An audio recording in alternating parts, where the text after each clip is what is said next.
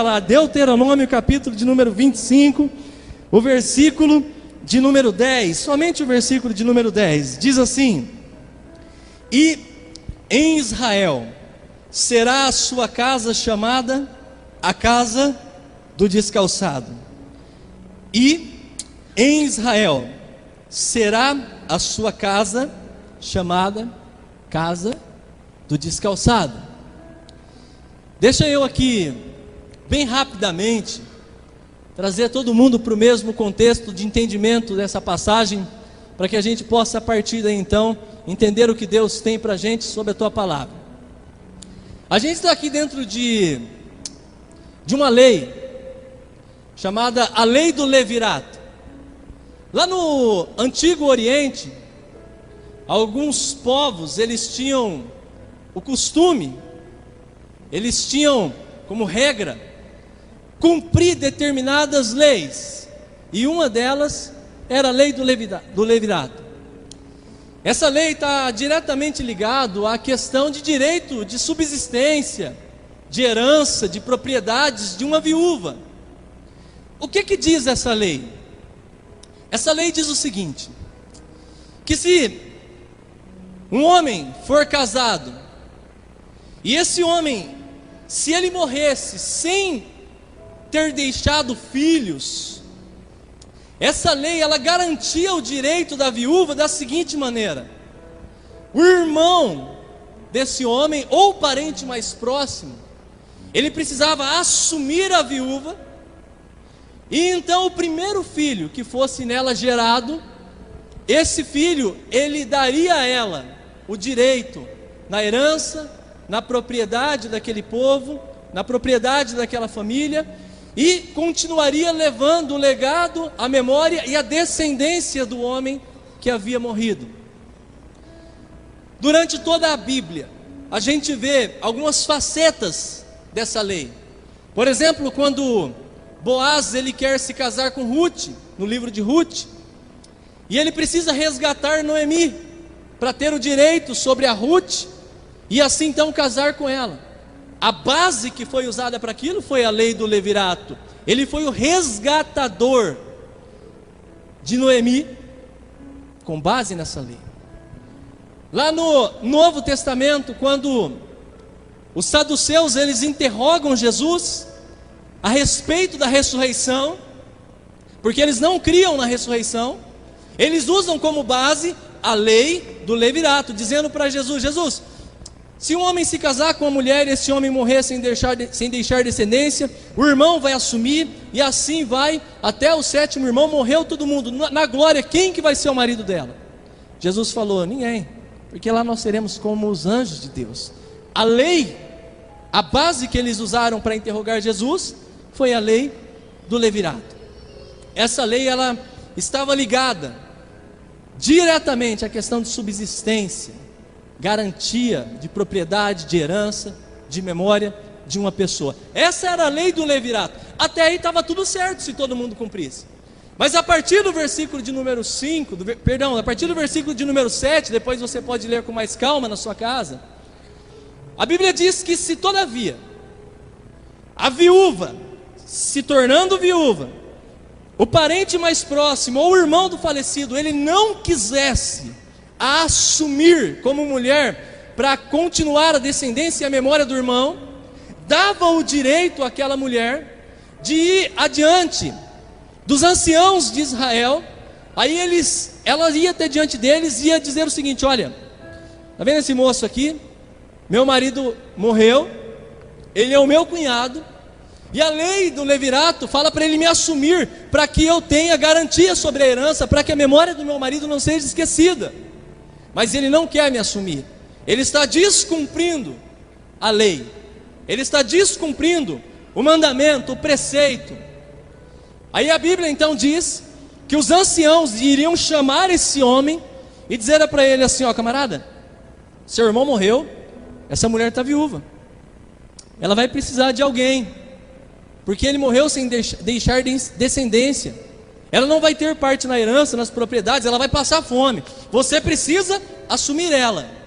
Se mesmo assim a posição do cunhado fosse negativa, de reprovação, não querendo assumir a mulher, a Bíblia diz que então ela tinha o direito de ir à frente dos anciãos de Israel, chamar ele, tirar-lhe o sapato, a sandália dos pés, cuspir-lhe o rosto e dizer em alto e bom som: assim se faz com todo aquele que não quer suscitar a memória do seu irmão. E então caímos no versículo que nós acabamos de ler: e em todo Israel essa casa seria conhecida como a casa de um descalçado. Era mais ou menos assim: se você estivesse passeando por Israel e alguém falasse assim para você: ó, aquela ali é a casa de um descalçado, automaticamente na sua memória, automaticamente diante de você, os seus pensamentos iriam entender que naquela casa houve morte, houve luto, houve dor, houve tristeza, houve rejeição, houve abandono, houve desobediência da lei de Deus. Todo mundo que olhasse para a casa de um descalçado ia entender que algo de ruim aconteceu, que ali existiam pessoas que viviam debaixo de desesperança, de angústia, porque era a casa de um descalçado. Um dos grandes trabalhos que nós temos ali no sertão é entrar nessas casas de pessoas descalçadas, pastora Melissa. A pastora Melissa com certeza entrou em algumas dessas casas, não só lá no sertão, mas em vários lugares do mundo.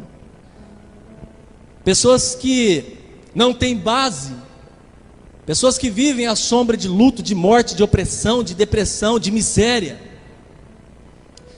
Eu me recordo que no ano de 2016 estávamos morando em Queimada Nova, no Piauí, uma cidadezinha muito pequena, no alto sertão do Piauí. Estávamos ali ajudando um casal de missionários que são ligados ao projeto Sertão Livre, que é encabeçado pelo Juliano Som, do Ministério Livres para Adorar. E eu e Gislaine, nós estávamos em casa e um grupo de pessoas, 3 ou 4 pessoas, nos chamaram. Eles estavam muito aflitos, nós não os conhecíamos, e eles estavam nos convidando para ir até uma casa orar por uma pessoa que estava enferma. Então nós chamamos esse casal de missionários e nós fomos. A casa era um pouquinho afastada da cidade, da onde nós estávamos. Pegamos as nossas motos e fomos até essa casa. Quando nós chegamos lá, nós vimos uma casa muito simples, muito humilde, e um grupo muito grande de pessoas ali. Nós não sabíamos qual era o cenário, nós não sabíamos o que estava acontecendo ali. Nós sabíamos que tinha uma pessoa ali que estava enferma.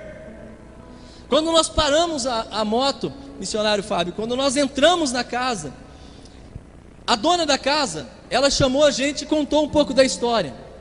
A filha que estava no quarto ao lado, ela, de alguns dias, a contar daquele tempo para trás, ela começou a passar mal, e eles começaram a procurar os médicos da região, da pequena cidade, não deram conta para descobrir o que havia acontecido com ela. Então eles foram para cidades maiores do Piauí, até chegar à capital, e ninguém sabia o que estava acontecendo com aquela menina.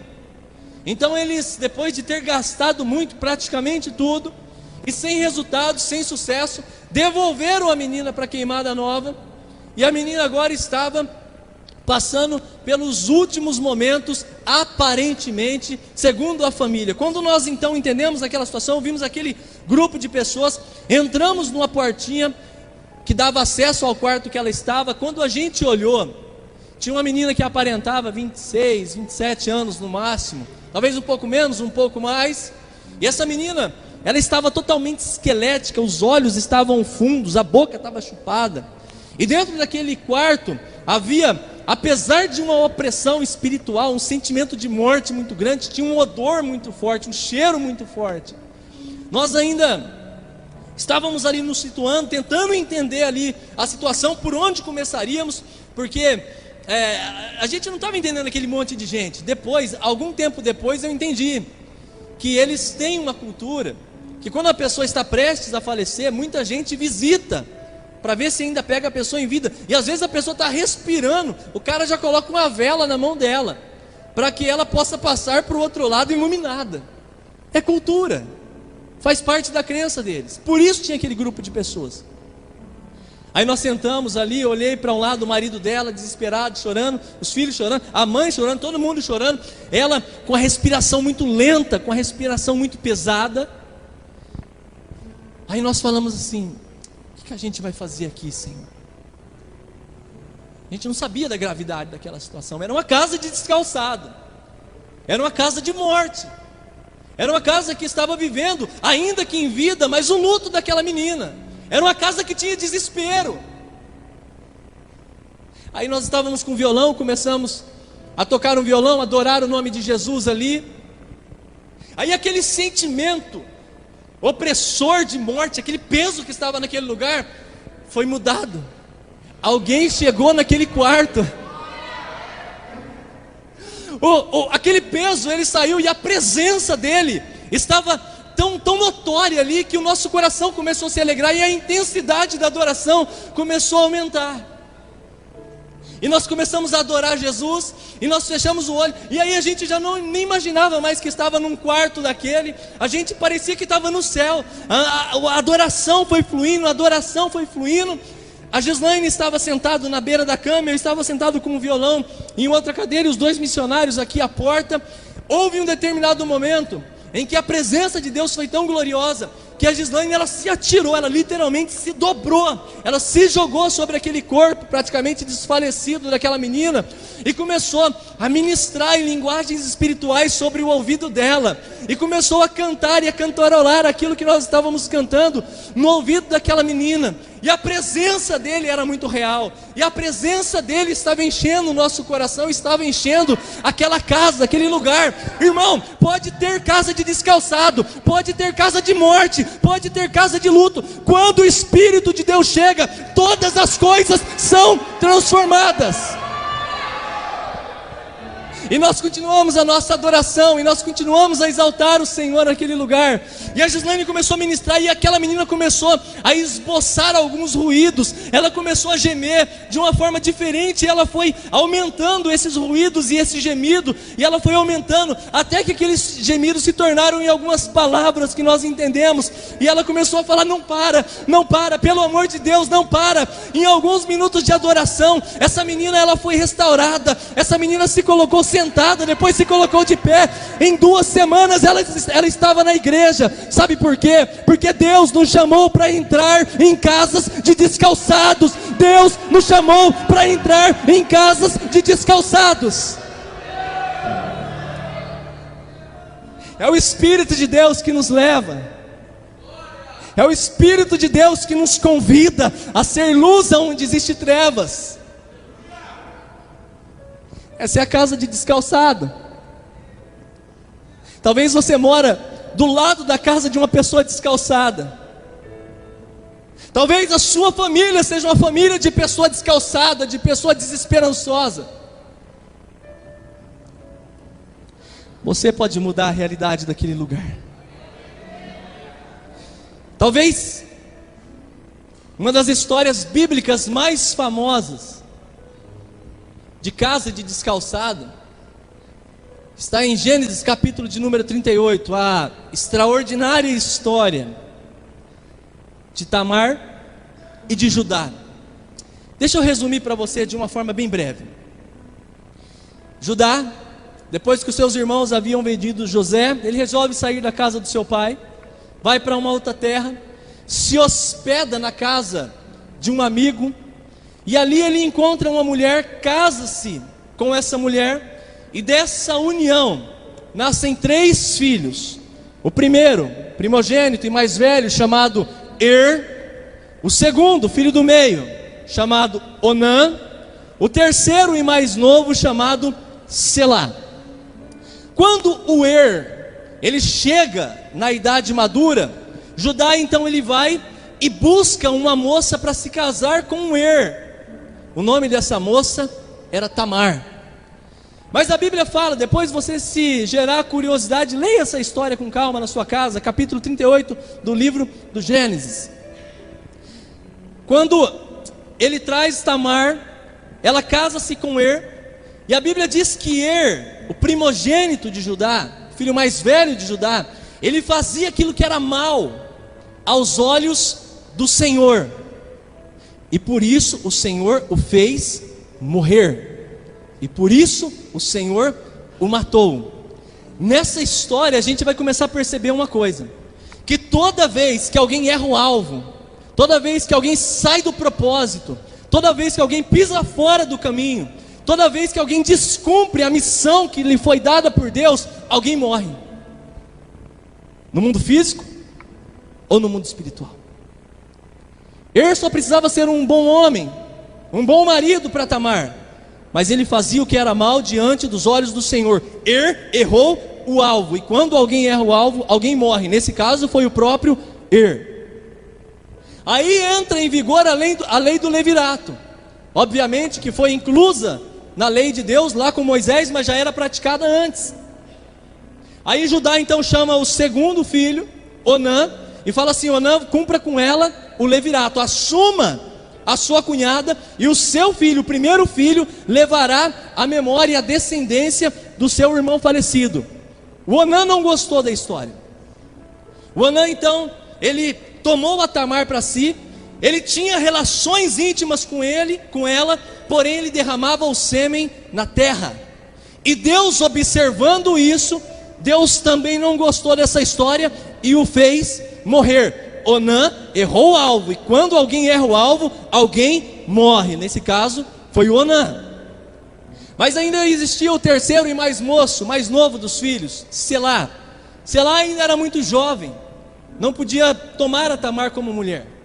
Então Judá chama e fala: Tamar, volta para a casa do seu pai, cubra-se com vestes de luto até o meu filho mais moço chegar à idade madura, para que eu dê ele a você como marido e ele suscite a memória dos irmãos que faleceram. Tamar, ela cumpriu. Tamar, ela volta para a casa do seu pai, aguarda com paciência até que o terceiro filho se torne homem maduro para assumi-la como mulher. O tempo passa, a mulher de Judá, ela morre, Judá fica viúvo. Judá, ele chora o seu luto. Passa o tempo, Selá cresce, chega a idade madura. Tamar está lá com vestes de luto, aguardando, esperando. Mas Judá fica com medo de entregar o seu filho, pensando que a maldição está sobre a mulher. Judá deixa Selá de canto e deixa Tamar esquecida lá em um canto. Aí depois que Judá ele chora o seu luto, tem que voltar à vida normal. A Bíblia diz que ele precisava subir a uma cidade para tosquear as suas ovelhas.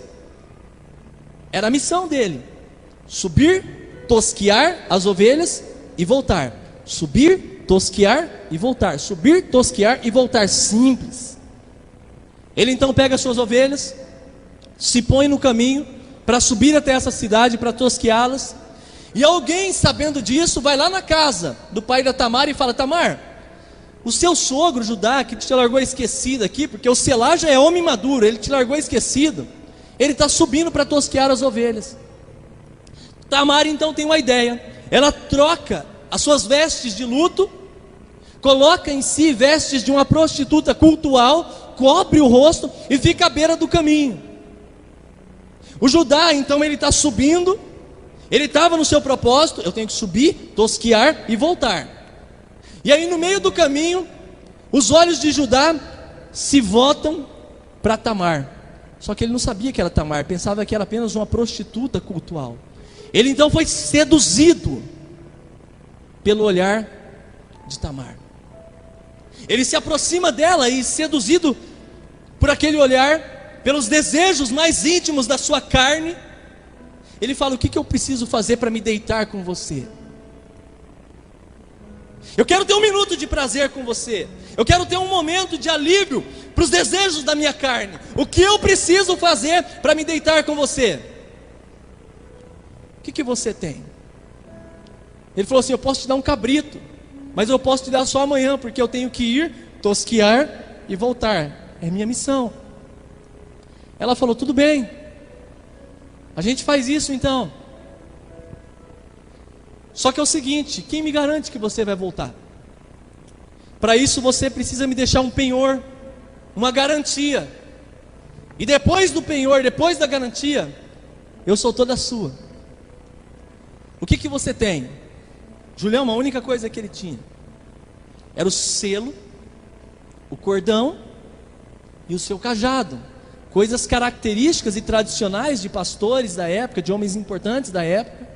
E ele falou: só tenho isso, meu selo com o cordão e o meu cajado. Ela falou: então me dá. Ele penhorou o seu selo, ou o sinete, o seu cordão e o seu cajado. E então ele se deitou com ela e se relacionou com ela, com a própria nora, pensando ser uma prostituta cultual.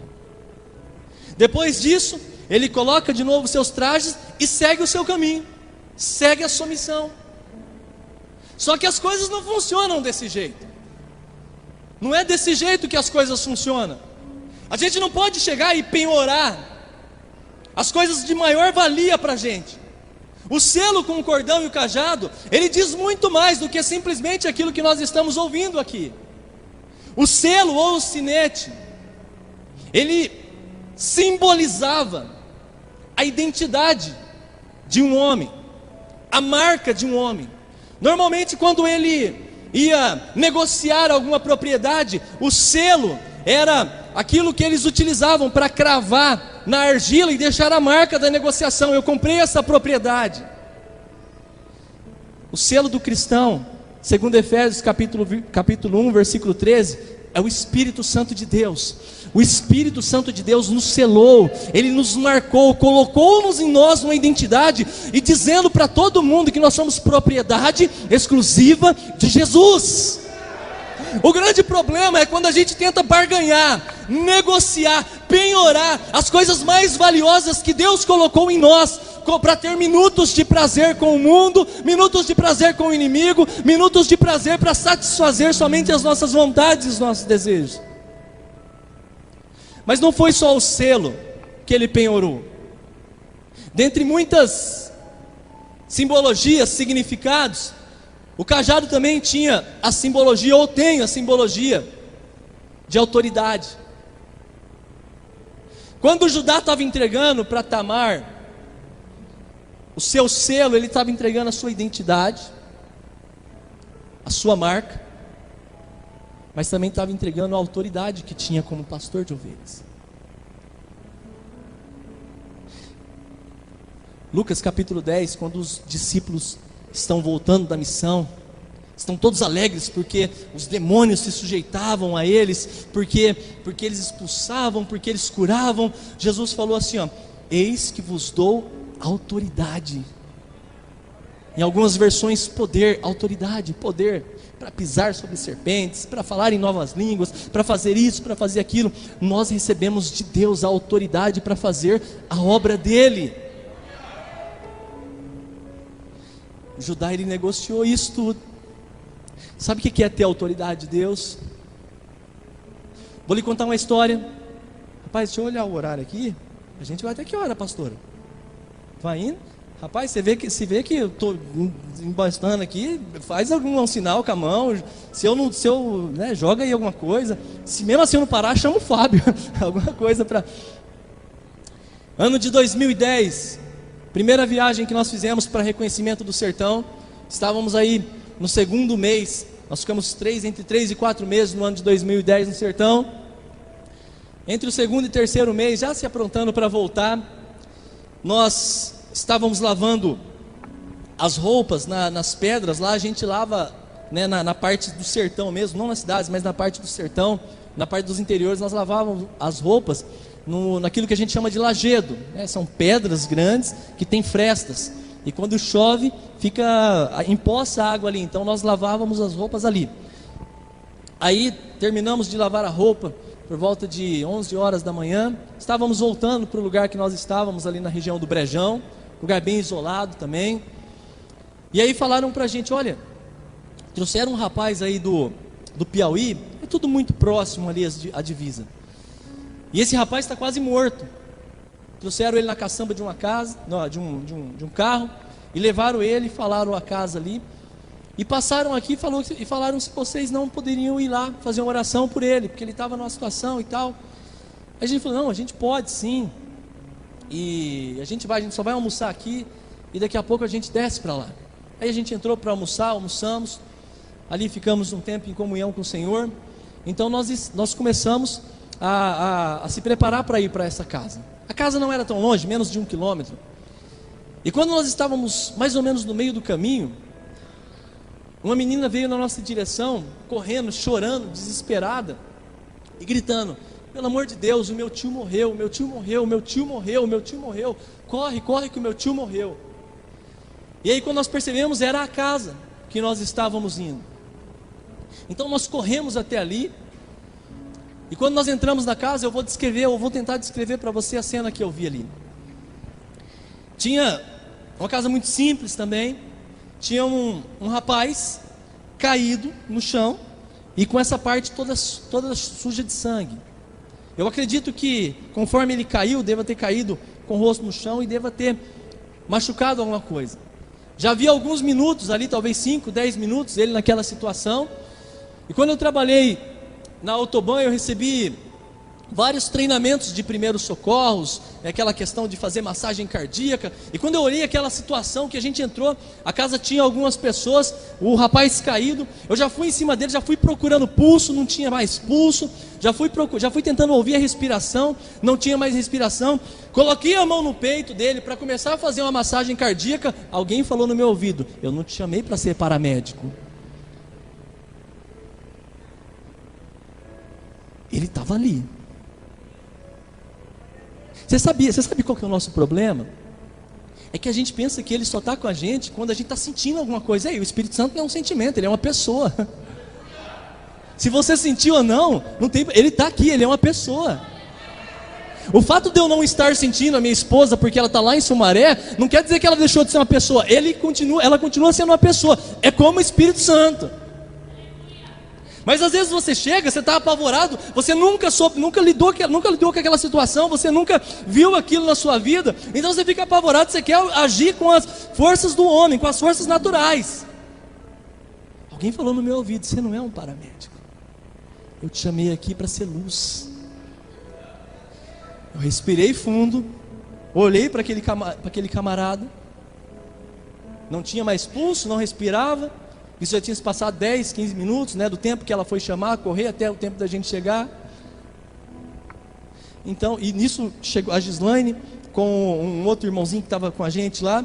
Chegou próximo, eu falei: vamos orar aqui. Quando eu falei vamos orar, o dono da casa, ele se irritou, já estava desesperado. Ele falou: mas vocês crentes não respeitam nem morto. E naquele momento o Espírito de Deus tomou meu coração com ousadia, apontei o dedo para ele e falei assim: se você não acredita, você sai daqui, porque hoje o meu Deus vai fazer um grande milagre na sua casa. Julião, já estava dito. Já estava dito. Aí eu pensei: o que a gente vai fazer agora? Bom, se já falou, vamos orar. Então nós começamos a levantar um clamor ali. 3 minutos: Senhor, Senhor, o Senhor é o dono da vida. Dava uma olhada, o cara morto. Senhor, Senhor, põe as tuas mãos, Senhor. Se a alma dele estiver em algum lugar, no inferno, no purgatório, não sei lá, manda de volta aqui. Olhava, o cara estava ali. Mas tinha uma voz falando com a gente: insista. E nós continuamos a orar. Aí a presença é maravilhosa, né, pastor? Oramandarabassu e caramandarás. A presença é maravilhosa. A presença transforma gatinho em leão. A presença transforma leão em gatinho também, se necessário for. Então nós começamos a clamar a Jesus ali com mais intensidade. E quando eu olhei aquele menino, que isso já tinha passado quase 20 minutos, meia hora talvez, não sei. Quando eu abri os olhos, esse menino já estava mexendo. Essa parte aqui, com os olhos fechados, mexendo essa parte dos olhos. Aí, meu irmão, aí não teve mais como parar. Aí a gente começou a glorificar o nome de Jesus e determinar a vida sobre aonde havia morte. Nós começamos a determinar. E aí daqui um momento, esse menino, ele fez assim, ó. Ele abriu os olhos. E quando ele abriu os olhos, ele olhou para mim. Sabe o que ele me disse? A primeira coisa que ele me disse, ele falou ainda baixo ainda. Ele falou assim, ó: eu escapei do inferno. Eu não sei o que ele viu do outro lado, mas foi o que ele disse. Porque quando a presença chega, a morte tem que sair para dar lugar à vida. é a presença. Sabe, queridos, descumprir o propósito, ou errar o alvo, ou sair do caminho, vai fazer muitas pessoas morrerem. Mas deixar de fazer também aquilo que Deus te chamou para fazer, vai colocar muita gente em risco. Chegou o momento de olharmos para Ele e falar: Senhor, eis-me aqui, envia-me a mim, eu estou disposto a ir aonde queres que eu for. Vamos voltar lá para terminar a história da menina, da Tamar. Depois de negociar o selo, depois de negociar o sinete, depois de negociar a autoridade que era o seu cajado, o Judá, ele simplesmente se despede e tenta retomar a sua caminhada, a sua missão. Ele vai, chega a essa cidade, tosquia as ovelhas, e depois de tosquear as ovelhas, pede para o seu amigo Irã tentar encontrar essa mulher aonde havia sido marcado, para restituir a sua identidade, para restituir, para pegar de volta a sua marca, a sua autoridade. Mas não é assim que se faz. Não dá para barganhar, Judá. Toda vez que você for tentar barganhar com o diabo, você vai perder. Ele é astuto, ele levou 1/3 do céu. Não dá para barganhar com ele. Aí o amigo volta e falou: Judá, a prostituta, a mulher sumiu de lá. Aí o Judá falou: bom, então deixa quieto, para que a gente não seja envergonhado, vamos voltar para casa. Voltou para casa. Só que não é assim que as coisas funcionam. Lembra que eu disse para você? Quando alguém erra o alvo, alguém precisa morrer. Quando alguém erra o alvo, alguém vai sofrer as consequências. 3 meses depois, alguém chegou para o Judá e falou assim: Judá, a Tamar, ela se prostituiu porque ela está grávida. O Judá, com o seu senso de justiça aflorado, homem, viril, valente, que nunca errou na vida, ele falou assim: traga a Tamar que a gente vai mandar queimar ela. Ei, os nossos erros vão fazer pessoas queimar. Sabe o grande problema da igreja brasileira? Eu sou apaixonado pela igreja, irmão, mas também não posso dar uma de cego. O problema da igreja brasileira é que a igreja brasileira tem negociado os valores eternos, os princípios do evangelho, por momentos de prazer. E pessoas estão morrendo. Pessoas estão indo para o inferno. É. Você vai morrer, Tamar. Eu estou diante de você. Eu sou Judá, 4º filho de Jacó. Não fui eu que vendi o José. Não fui eu que neguei o Selá. Não fui eu que me deitei com a prostituta quando eu tinha uma missão. Não fui eu. Mas você vai morrer porque você se prostituiu. Aí a Tamar, 45 do segundo tempo, no desespero, pega um presente e fala assim: Judá, ó, o pai do filho que eu carrego no ventre é o dono desses pertences. Vamos ver? A gente já mata você e de repente já mata o cara. Quando Judá olha, era a identidade dele que estava cravada. Era a marca. Era a autoridade dele.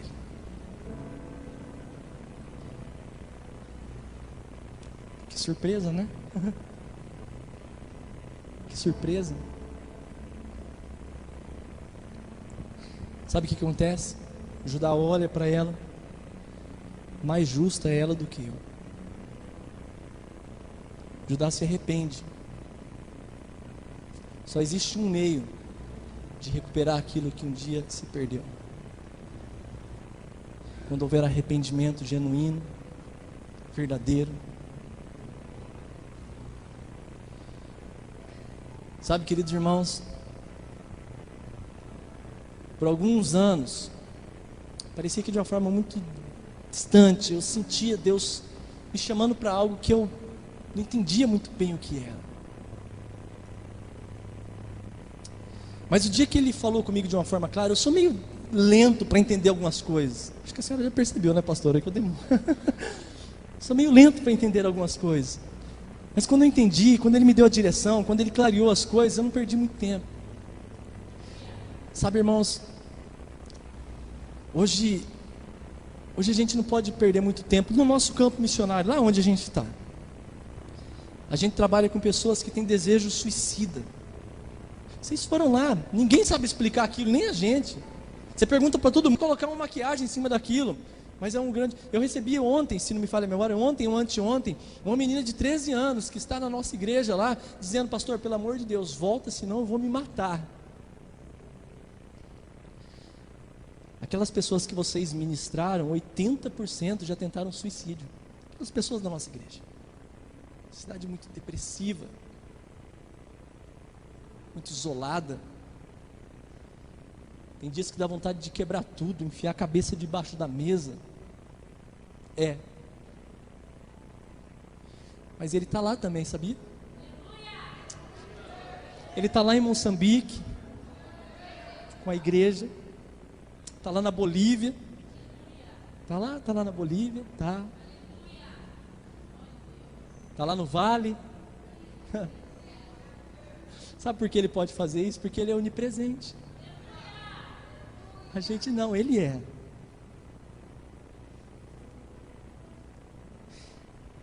Agora o mais interessante, eu já vou encerrar. O mais bacana de tudo é que a história da Tamar não termina daquele jeito. Era uma casa de descalçado. Era uma casa que havia luto, rejeição, morte, humilhação, justiça humana. Mas não terminou daquele jeito, porque quando Judá olhou e se arrependeu, falou: mais justo é você do que eu. Os filhos dela nasceram, Pérez e Zerá, um casal de gêmeos. Quase que eu falo, um casal de gêmeos lindo, é uma coisa que eu vi, né? Mas o mais interessante é que sabe o que Deus faz quando alguém como você, como eu, se dispõe aí? Ele calça os pés. Abra comigo, por gentileza, a sua Bíblia, para a gente encerrar. Efésios,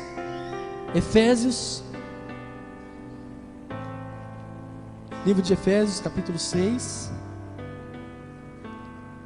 versículo de número 15. Efésios, capítulo 6, versículo de número 15. Já estou caminhando para os finalmente aqui.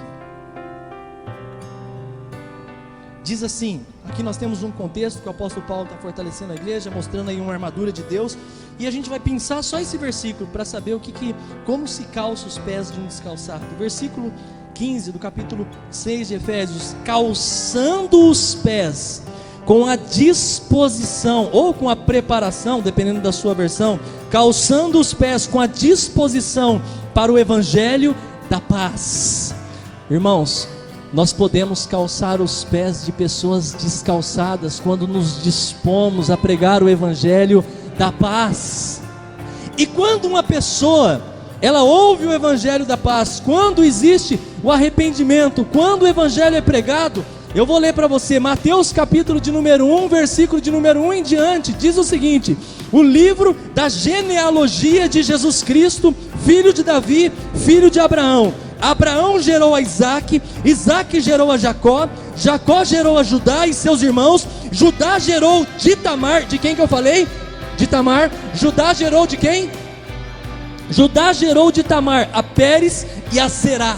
Quando um descalçado conhece o evangelho, ele volta a ter os seus pés calçados, e a história dele se mistura à história do Filho de Deus, à história do Cristo. Ele é o único que tem poder de tirar alguém do império das trevas e transportar para o reino do Filho do seu amor. Você acredita que Deus pode usar a sua vida para calçar os pés dos descalçados? Então, se você acredita, se coloque de pé em nome de Jesus.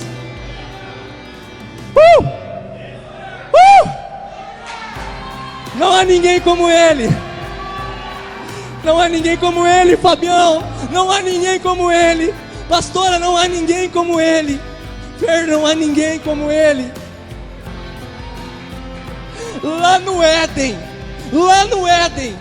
o Adão, ele foi descalçado pela serpente, e consequência disso, toda a humanidade se tornou uma humanidade de pessoas descalçados. Mas você sabe o que é maravilhoso? É que lá no Calvário, Jesus ele pegou um sapato e calçou os pés da humanidade novamente. Os pés rachados, cansados e errantes foram calçados com a preparação do Evangelho da paz. Na cruz do Calvário, quando ele disse: está consumado, telestai, está pago, está pago, está pago, está pago, está pago, está pago, está pago e está pago. Ele é aquele que calça os pés dos descalçados.